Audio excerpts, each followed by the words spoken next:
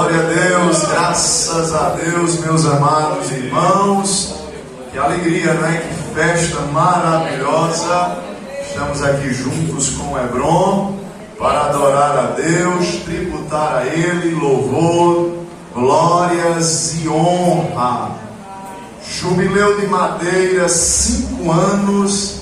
Este conjunto adora, este conjunto encanta, não só com as técnicas musicais, com seus instrumentos, nem com tão poucos com as suas técnicas vocais, mas eles encantam com a adoração que vem do coração de Deus. Hebron, promessa de Deus feita a Caleb, herança de Deus em que ele conquistou na sua velhice. E eu meditando sobre isso, e fiquei pensando como Deus deu a herança a Caleb, e Caleb conquista Hebron. Nós vemos este conjunto aqui que o Espírito Santo conquistou para ele. Vocês são herança de Deus. Vocês não são terreno baldio, vocês não são terra sem dono, vocês são propriedades de Deus. Eu sinto a presença de Deus nesta noite. Eu creio que a igreja junto comigo também sente a presença, a glória nos louvores. Agradecer a meu Deus por essa oportunidade, ao convite, né, deste conjunto tão maravilhoso. Eu acho que dos 5 anos, umas 2 ou 3 vezes eu participei aqui. Para mim é uma honra. Vim o primeiro, né, graças a Deus, é um privilégio estar aqui com eles esta noite. Agradecer ao nosso diácono Neemias, esse amigo que Deus colocou na nossa vida, um homem que é fácil amá-lo, né? A gente vê o prestígio que ele, a consideração, sempre muito parceiro, muito amigo. Quero deixar aqui também a minha gratidão ao nosso presbítero Arnaldo, de longas datas, né? De longos casamentos, e nós nos encontrávamos ali. Ele sabe o mistério. Não vou falar aqui, já certamente sabe ali atrás, mas Deus tem cumprido as promessas na vida do seu servo, e nós acompanhamos as promessas de Deus, e ele está aqui esta noite vivendo promessas. Glória a Deus. Deus abençoe a igreja do Senhor. Rogo as orações de santos para que Deus mais uma vez abra a porta da palavra. Se você orar, Deus vai usar mais uma vez o irmão Alan, e você será hoje tocado pelo Espírito Santo de Deus. Para quem chegou depois, carta de Paulo aos Romanos, meus irmãos, capítulo foi o de número 12. O tema está no versículo de número 1 e o versículo de número 2.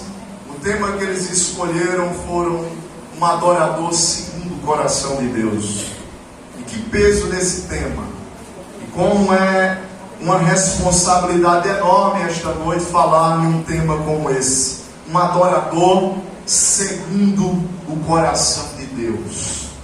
Como ser um adorador segundo o coração de Deus? E meditando sobre essa passagem tão maravilhosa de Romanos capítulo 12, vou ler aqui com os irmãos mais uma vez. Diz Paulo: rogo-vos, pois, irmãos, pela compaixão de Deus, e apresenteis o vosso corpo em sacrifício vivo, santo e agradável a Deus, que é o vosso culto racional. E não vos conformeis, ou não se moldeis com este mundo, ou a este mundo, mas transformai-vos pela renovação do vosso entendimento, para que experimenteis qual seja a boa, agradável e perfeita vontade de Deus. Fica comigo, meus amados irmãos, e agora imagina Paulo diante do mar Mediterrâneo, lá no porto de Corinto. Paulo está observando, com certeza é um pôr do sol, depois de um dia de trabalho. Para quem não sabe, ele era fazedor de tendas. Um doutor, um PhD em teologia, falava muitos idiomas, mas para não ser pesado aos irmãos, escolheu trabalhar para ajudar a igreja. A igreja primitiva passava por maus bocados e vivia do assistencialismo. Paulo, como sempre, demonstrando um amor sacrificial por a igreja, ele começa de alguma forma a contribuir financeiramente, e não só financeiramente, ele contribui com as suas cartas. Pelo menos 50% do Novo Testamento está contido com as experiências e os ensinamentos de Paulo. Mas Paulo está com certeza, meus irmãos, depois de um dia de trabalho, ele se senta no porto de Coríntio, chama o seu amigo Técio, e ele vai escrever a carta aos romanos. Técio é o escritor da carta, Paulo é o autor, e de uma forma tão poderosa, Paulo começa a transmitir umas palavras a Técio, que este, inspirado também pelo Espírito, começa a escrever junto com Paulo. Paulo começa a observar aquele porto e imaginar como Deus já havia usado a sua vida para que o Evangelho chegasse na Ásia, mas agora o desejo de Paulo era entrar na Espanha. O desejo de Paulo era que o Evangelho chegasse na Espanha e chegasse também a Roma. Mas Paulo ouve que já havia uma igreja em Roma. Mas como havia uma igreja em Roma se Paulo não havia ido lá? Talvez o grande movimento que aconteceu no dia de Pentecostes, na descida do Espírito, em que homens falavam em línguas estranhas, e que cada um que estava ali no dia de Pentecostes, que vinham de outras nações, ouviram o Evangelho na sua própria língua matriz ou padrão ou mãe.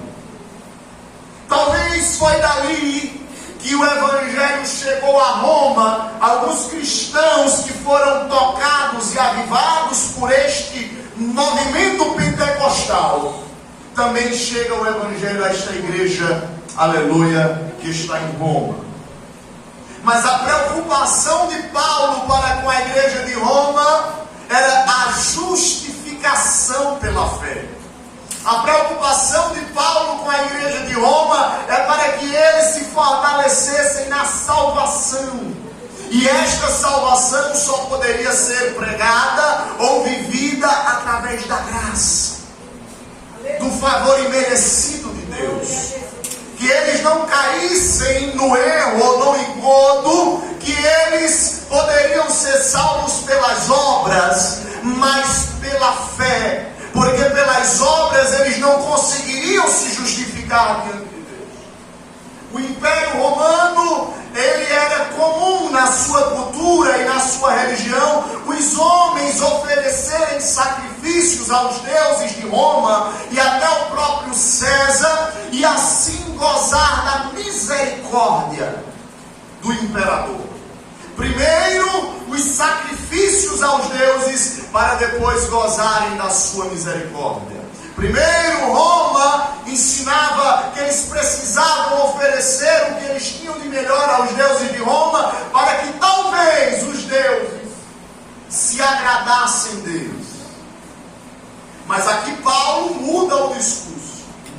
O Deus que Paulo está pregando, aleluia, é um Deus imanente, é um Deus que se importa com o homem.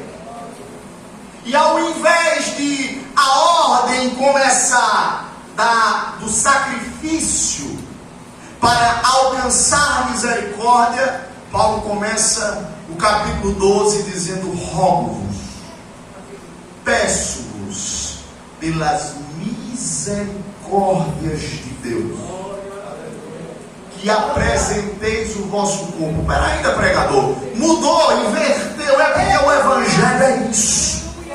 Ele vai na contramão do mundo. Primeiro, meu filho, é as misericórdias de Deus que se revelam na vida do homem, para que depois nós venhamos servir a Ele. Não é as obras primeiro, para que depois alcance misericórdia, não. É por causa das misericórdias de Deus que nós conseguimos realizar obras dignas, aleluia, de gratidão e de graça de Deus. Eu sei que o seu coração já começou a arder aí com esta mensagem, mas fica ligado comigo e redobra a tua atenção para tu entender o que o Espírito vai te falar essa noite. Paulo vai escrever até o capítulo 11. Paulo está dizendo qual é a vontade de Deus. E Paulo está pregando à igreja de Roma e dizendo aos senhores: guardem-se de toda a idolatria. Não sejam como os ímpios, não sejam feiticeiros, não sejam idólatras, não sejam mentirosos, não sejam desunidos, não tenha no meio de vós dissensões, contendas, não tenha lascívia, não tenha prostituição. Guardem-se disso, protejam-se disso. E Paulo vai colocar um paralelo entre a vontade de Deus e aqueles que andam na idolatria. O que é a vontade de Deus? Diz Paulo, ela é boa. Por quê? Porque Ele mandou o seu único filho morrer na cruz por nós. Então ela é boa. Porque de nós mesmos não poderíamos sair nada de bom. A vontade de Deus, ela é boa, ela é perfeita. Por quê? Porque o sacrifício que Jesus fez na cruz não precisa de repetições. Ele entrou uma vez no Santo dos Santos, sendo Ele a própria oferenda e sendo Ele o próprio sumo sacerdote, como disse o escritor aos Hebreus, e se entregou de uma vez por todas no Santo dos Santos.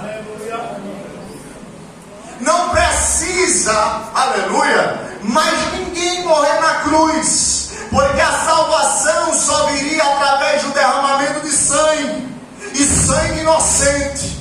E só quem era inocente era o Filho de Deus. Somente alguém que não tivesse pecado. Somente o Filho de Deus. Somente alguém, aleluia, que tivesse o poder nas suas mãos da vida e da morte. E precisava vir em carne para que a justiça de Deus se cumprisse. Porque senão Satanás poderia acusar Deus de injusto. E dizer assim: mas tu é Deus. Tu és soberano. Quem pode resistir o teu poder? Ai, Deus, como disse Paulo aos Filipenses, tomou a forma de servo. O sentimento que há em Cristo Jesus. Lá no capítulo 2 e 5 ele começa a dizer: e ele foi humilde, obediente até a morte, morte de cruz. Não teve por usurpação ser igual a Deus, mas tomou aquilo que era para nós. Ele tomou sobre si, se humilhou. Mas Deus lhe deu um nome que é acima de todo nome, de potestade, principados, hostes infernais da maldade, que todo joelho se dobra e toda língua confessa que Ele é Senhor. Aleluia, glória a Deus. Este Jesus foi perfeito por isso. Veio no corpo humano para provar para Satanás e para o mundo que é possível ser homem aqui na terra e morar no céu. Ele foi perfeito. Vai nascer gente amanhã pecadora, mas já tem perdão para o pecado de gente de amanhã. Vai nascer amanhã, eu não sei quantas crianças vão nascer amanhã, mas já tem perdão pelos pecados dessas pessoas amanhã. Está entendendo? Você que está aqui essa noite vai falhar amanhã, mas tem perdão para os teus pecados amanhã. Aleluia! Porque o sacrifício de Jesus na cruz é perfeito, é eterno. Não precisa mais de sacrifícios, aleluia, de animais ou obras de homem. Ele cumpriu, aleluia.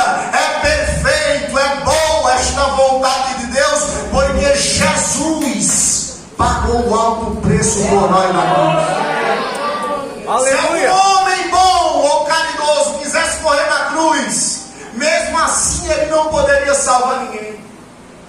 Por que, pregador? Porque ele não poderia, ele poderia morrer apenas pelo seu pecado. E mesmo assim não se salvaria, porque a marca do pecado estava sobre ele. Não haveria remissão. O ato era nobre, mas não haveria remissão para os pecados. Mas o nosso Jesus, Ele venceu a morte, Ele venceu o inferno, Ele venceu o mundo, e é por isso que o sacrifício dele é eterno e perpetua até hoje. A igreja, o Hebron, está de pé, porque o sacrifício de Jesus foi perfeito na cruz. Foi agradável a Deus, porque foi voluntário. Jesus não veio obrigado a morrer aqui nessa terra. A Bíblia diz que Deus amou o mundo de tal maneira que enviou o seu filho. Quer, meu filho? Quer, Pai. Antes do mundo, aleluia, ser fundado, o Cordeiro de Deus já havia sido crucificado. Voluntariedade. Paulo está relembrando a igreja de Roma que, assim como na velha aliança, eles usavam, os sacerdotes precisavam sacrificar os animais para que os pecados fossem cobertos, perdoados. Paulo está dizendo que agora o culto espiritual, o culto racional, a nossa mente, não precisa mais de sangue de ovelha, nem de animais, nem de bois, porque o sangue de Jesus Cristo já nos purificou de todo o pecado. Lembra que eu disse que a vontade de Deus era boa, perfeita e agradável, e para servir a vontade de Deus eu me coloco na posição de servo. Se a vontade dele é porque eu estou cumprindo, eu estou debaixo, eu estou submisso, eu estou dependente. Quem quer fazer a vontade de Deus tem que aprender a servir. O oposto é a idolatria. A idolatria é tudo que toma o lugar de Deus na nossa vida. É quando eu conheço a vontade de Deus, mas mesmo assim eu quero fazer a minha própria vontade. É quando eu coloco alguém, uma coisa no meu coração que seja mais importante do que Jesus. E tenha certeza de uma coisa: às vezes as pessoas estão ligando idolatria apenas a imagens. Mas eu venho lhe dizer esta noite: idolatria é tudo que toma o lugar de Deus na sua vida. E se você disse que ama a Deus, tenha certeza, você será provado. Em todas as áreas da sua vida, Deus vai testar se você realmente o ama. Deus tocou em todas as partes de minha vida, porque eu disse que o amava. Tocou no pai, tocou na mãe, tocou na minha esposa, tocou nas minhas filhas. E todas as vezes que eu fui dizer Deus, o Senhor disse: você não disse que me amava mais do que tudo? Você não disse que independente de qualquer situação, você manteria-se fiel? Então nesta noite, eu não venho lhe dizer isso para que cause temor no seu coração ou medo de declarar o seu amor a Deus. Mas esta noite, se houver alguma raiz de idolatria no seu coração, meu amigo, tire enquanto é tempo. Porque Deus está aqui esta noite ansioso para encontrar pessoas que o amem de verdade. E Paulo está dizendo isso à igreja de Roma.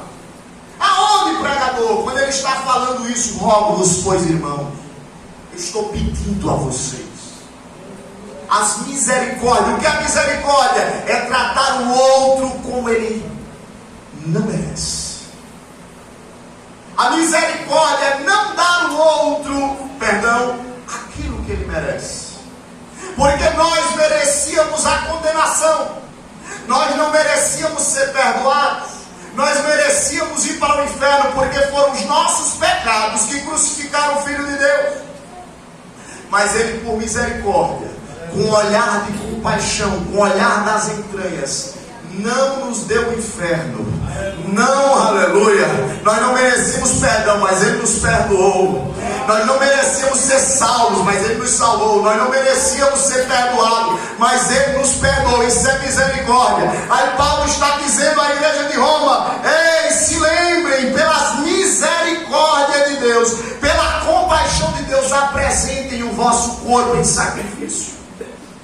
Mas peraí, ainda, sacrifício é morte. Como é que o sacrifício é morte? Ele está dizendo que é vivo. É porque Paulo está dizendo agora, olha, quando vocês se mortificam, assim como o sacrifício era voluntário, assim como o sacrifício era uma renúncia, assim como o sacrifício era uma declaração de entrega, assim como vocês podem entregar as vossas vidas a Deus, e vocês morrerem para este mundo, é aí onde vocês vão encontrar a verdadeira vida eterna. É onde vocês vão viver a vida com Deus. A vida eterna não é você não morrer, não é você passar a eternidade aqui nesta terra. A vida eterna é a vida de Deus dentro de você. E no período que você passa nessa terra, você fica com saudade de um lugar que você nunca viu, de estar com uma pessoa que você nunca viu. Glória. É uma vida além dessa. Existe uma vida, existe um céu, existe a glória, existe um lugar que você vai, meu filho, que não tem dor, que não tem choro, que não tem pranto. A vida eterna de Deus, meu filho, é quando, olha, o oxigênio aqui acabar. A morte vai pegar nessa mão e vai me levar até Deus e dizer assim: está aqui entregue, é teu. Parece um pouco redundante, parece um pouco sem lógica o que eu estou dizendo, mas era isso que Paulo estava dizendo. Paulo está falando que existe um sacrifício vivo. Paulo está dizendo que a vontade e o sacrifício tem que ser agradável. Quando ele diz que o sacrifício tem que ser agradável, logo eu entendo que existe um sacrifício que não agrada a Deus. Tem que ser agradável, que Deus goste, que Deus se alegre, que Deus se satisfaça. O sacrifício é a vontade de Deus. Ser separado de um mundo, a eclésia de Deus. Separados para um serviço, separados para uma obra, consagrados para uma missão.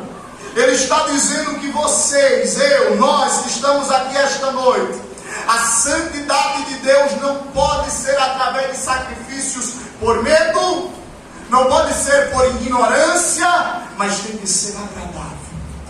Todas as vezes que a igreja medita nas misericórdias de Deus, tem que nascer um sentimento no coração da igreja chamado gratidão. É essa gratidão que vai dar força, é a força motriz, é o gerador da energia do crente. É ela quem vai gerar fé nos nossos corações. A palavra de Deus, aliada à gratidão, vai começar a estimular a minha vida cristã. E eu começo a fazer as coisas. Agora a santidade não é um peso, mas é agora uma alegria servir a Jesus. Não estou entendendo não, pregador, deixa eu te explicar. O que você faria por uma pessoa que doasse um coração para seu pai? O que você faria por uma pessoa que doasse um rins para o seu filho? Você seria grato a esta pessoa pelo resto da vida? Se esta pessoa ligasse para você 3 horas da manhã e lhe pedisse um favor, o que você diria a esta pessoa? Será que você teria coragem de negar o favor a esta pessoa? Você iria, porque há gratidão a esta pessoa. Mas esta noite eu estou falando de Jesus que não doou, não foi um rins. Ele não doou só o coração.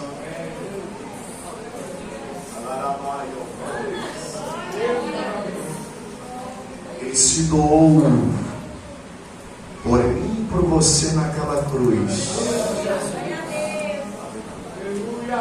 Mas o interessante é que quando Ele nos pede alguma coisa, a gente tem uma rapidez de dizer assim: Deus, eu não posso, eu estou cansado. Tu me compreende, né, Jesus? Tu já sabe que eu sou assim. A gente tem uma disponibilidade de agradar os homens e desagradar a Deus. Temos temos mais facilidades de fazer a média com os homens do que fazer a vontade soberana de Deus.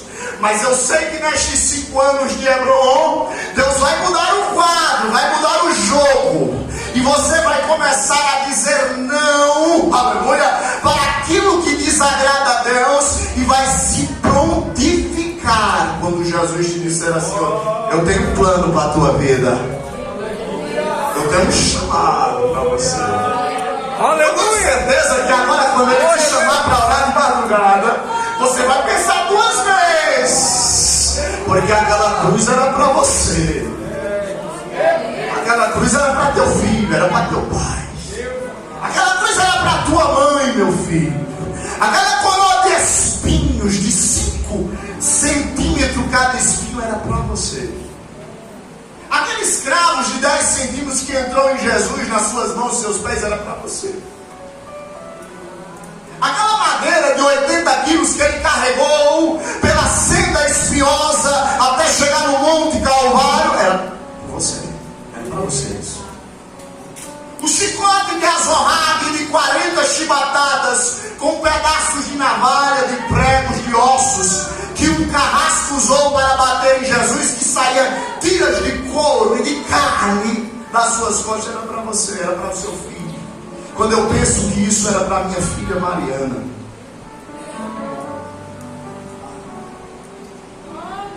quando eu penso que isso era para minha esposa, quando eu penso que isso era para minha mãe que está sentada ali, quando eu penso que isso era para mim, mas Ele tomou a iniciativa.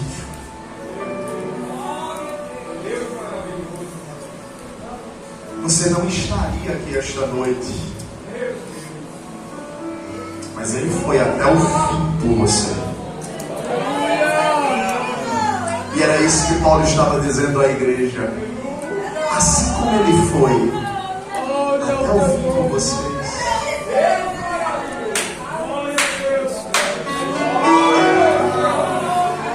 vão até o fim por Ele. Sejam voluntários, parem de fazer as coisas obrigadas.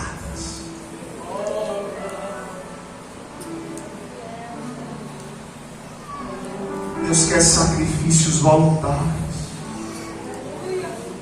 Deus está cansado de você dizer assim: eu tenho que orar, eu tenho que ler a Bíblia, eu tenho que ir para a igreja. Você não tem nada, meu filho. Deus não quer nada de você obrigado. Sacrifício é voluntário, é bom. Você não tem que estar esperando o seu dirigente, não tem que estar esperando eu vir aqui essa noite dizer isso a você, não. Tem que partir de você. Jesus, o que é que o Senhor quer de mim hoje? O que é que o Senhor quer? Como é que o Senhor quer que eu cante? Como é que o Senhor quer, Jesus? É entrega, meu filho, é prioridade nas coisas de Deus.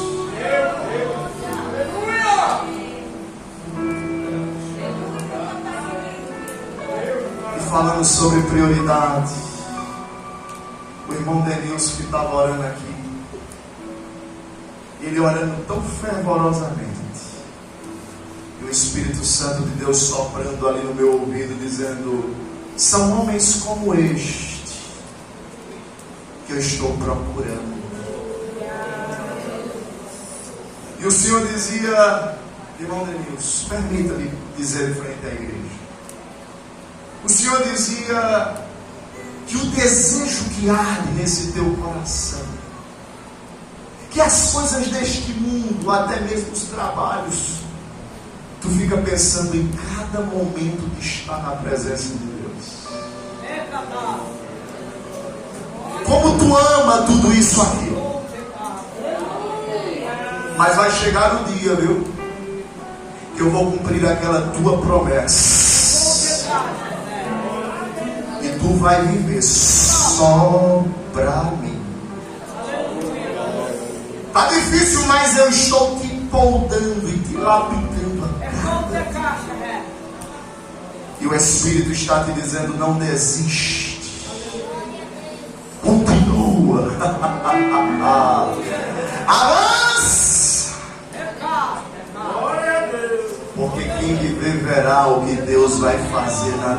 história, Denilson. A unção que está descendo sobre a tua vida, Denilson, essa noite. Há um mistério de Deus que está te cercando esta noite. Há que presença de Deus aqui. Há um temor de Deus aqui esta noite.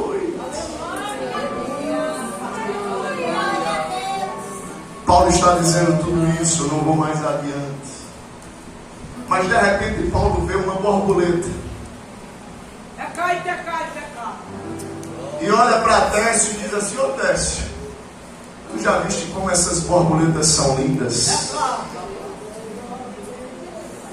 Eu imagino o Técio olhando para Paulo dizendo: agora ficou doido, vai escrever de borboleta. Pelo amor de Deus, Paulo, o que é que tem nas borboletas? Diz: não, Pedro, não, Técio, é porque esse mundo, diga à igreja de Roma, que eles não se moldem, que não se conformem com os padrões, mas que como essa borboleta, a palavra transformar significa metamorfose, e a mesma expressão de uma borboleta que entra dentro de um casulo, aliás, uma largata que entra dentro de um casulo. A largata, ela é arrastada pelo vento. A largata, ela tem uma visão inclinada para baixo. A largata, ela é vulnerável porque qualquer pessoa pode pisar nela. Você vê alguém procurando uma largata, você vê alguém querendo pegar uma largata, mas de repente a largata some e desce. E ela entra onde, Paulo? Num casulo. O casulo é apertado.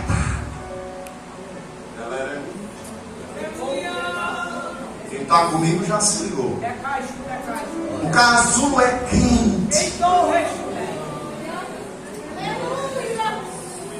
A largata some.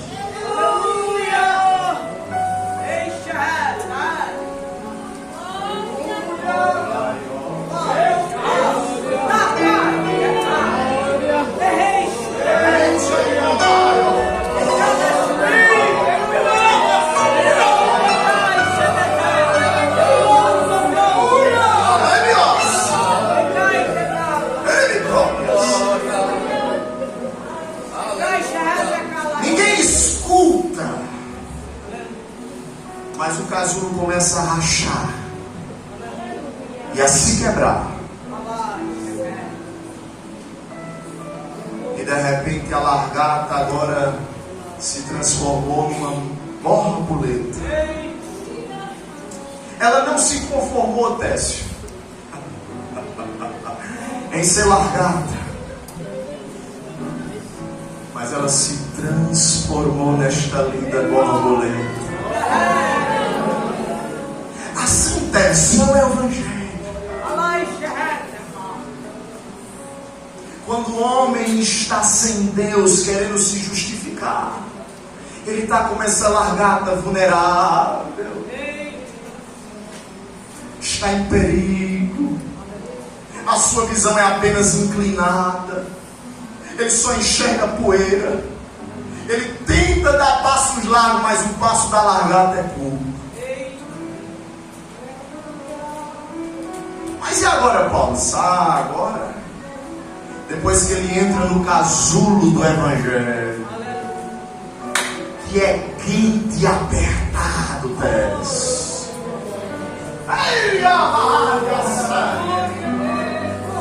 Tem crente que está passando por esse casulo, mas te prepara. Te prepara, porque o casulo está se quebrando. Aleluia! E agora, Paulo, desce. Agora o Evangelho lhe dá asas e lhe dá beleza espiritual.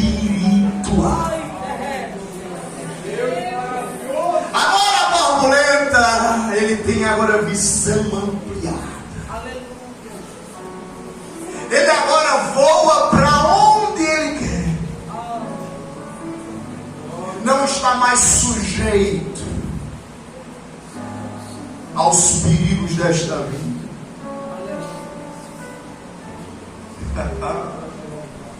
Agora a borboleta é cobiçada. nunca viu um menino correndo atrás para tentar capturá-lo? Ou quem nunca viu alguém dizer, ela está pousando no meu dedo? Silêncio, silêncio. Senão ela vai voar. Vamos admirar a beleza. Veja que asas. Veja que borboleta tão linda. Técio olha para Paulo e diz, eu tenho observado, mas onde é que você quer chegar com isso? É porque agora essa borboleta, ela não está voando para o dedo dos meninos. Ela está voando alto. Glória, glória, glória.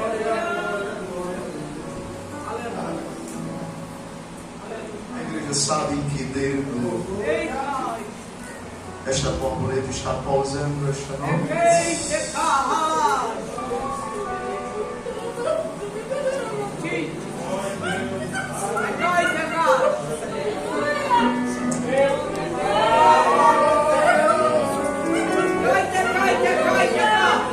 O casulo é apertado.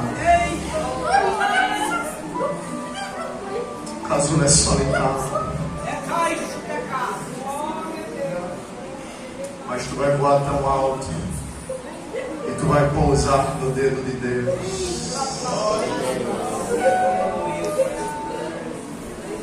Ele vai dizer para Satanás, silêncio, para que ela não voe.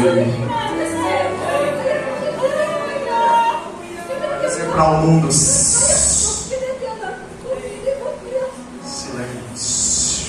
não espante a minha borboleta. Irá parar, aleluia, as enfermidades. Aqui você não toca ela. Irá para essas lutas. Aqui não.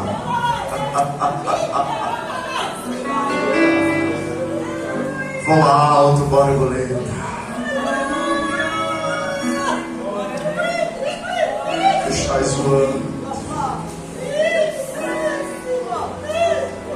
Tu não vais pousar nos galhos desta terra. Deus já está na posição, esperando só você chegar. Técio com certeza se emociona quando ele chega no capítulo 16. Que Paulo está saudando, ele diz assim: continuem firmes, porque esta palavra é fiel e verdadeira.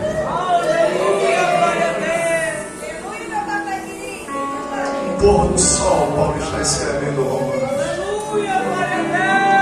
Em Coríntio, Paulo está escrevendo Romanos, e ele consegue nos atingir hoje aqui. Deus está fazendo uma metamorfose na tua vida. Vale a pena se santificar. A santidade não é um fardo. Eu finalizo esta noite dizendo para aqueles que estão deixando de ser largatas, estão no casulo de Deus, no Evangelho de Jesus Cristo, mas que estão criando asas, que estão preparados para voar. Se eles estão aqui esta noite, adorem.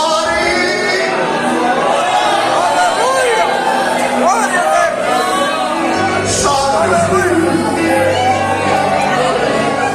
Isabel,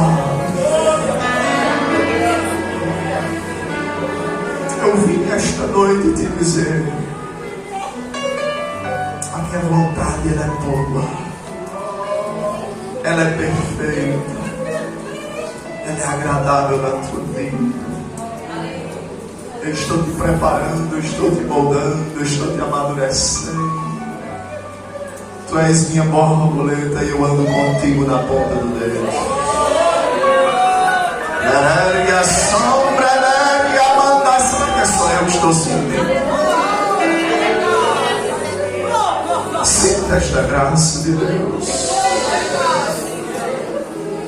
Eu vejo o bálsamo de Deus descendo sobre vidas esta noite. O Senhor disse a minha igreja está triste. A minha igreja está triste, se sentindo como uma largata, com medo, vulnerável,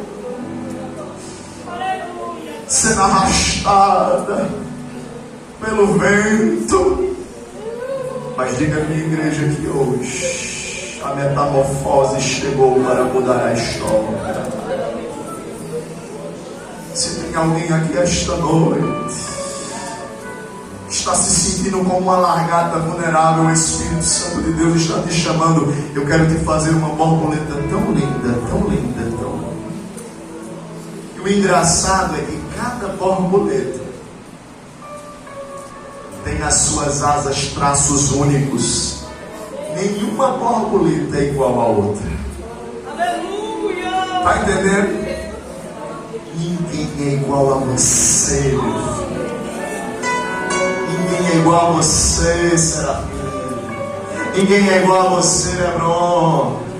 Ei, você é único e é por isso que Deus está te dizendo esta noite: eu quero que você, meu filho, esteja na palma das minhas mãos. Se tem alguém, venha em nome de Jesus. Se tem alguém, venha em nome de Jesus. Se tem alguém, venha em nome de Jesus. Volta para Jesus hoje. Aceita Jesus de novo. Aleluia! Glória a Deus está falando tanto contigo. Eu tenho muita vontade de chorar em essa noite.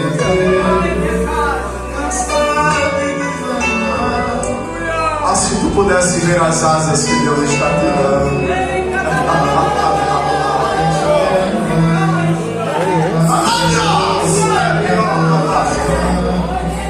Receba asas de Deus. Receba. Voe esta noite, voe alto. Vem em nome de Jesus. Receba renovo na sua alma. Receba a graça de Deus. Se sentir de Deus de vir para frente, venha, meu filho.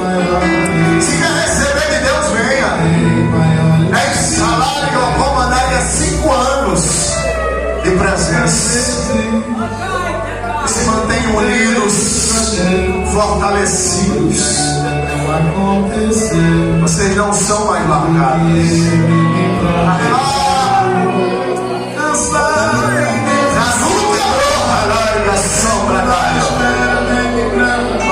Quebrou, viu?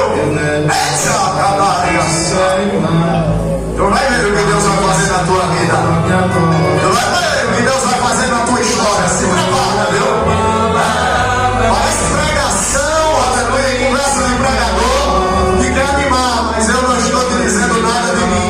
Eu estou te dizendo hoje que Deus está querendo tesouro esta noite para que tu volte. Se eu quiser crer, acredite, meu filho. Eu também creio essa noite. É bom, acredita, viu? Azul se quebrou. Voa alto na presença de Deus. Deus está silenciando os inimigos da tua alma.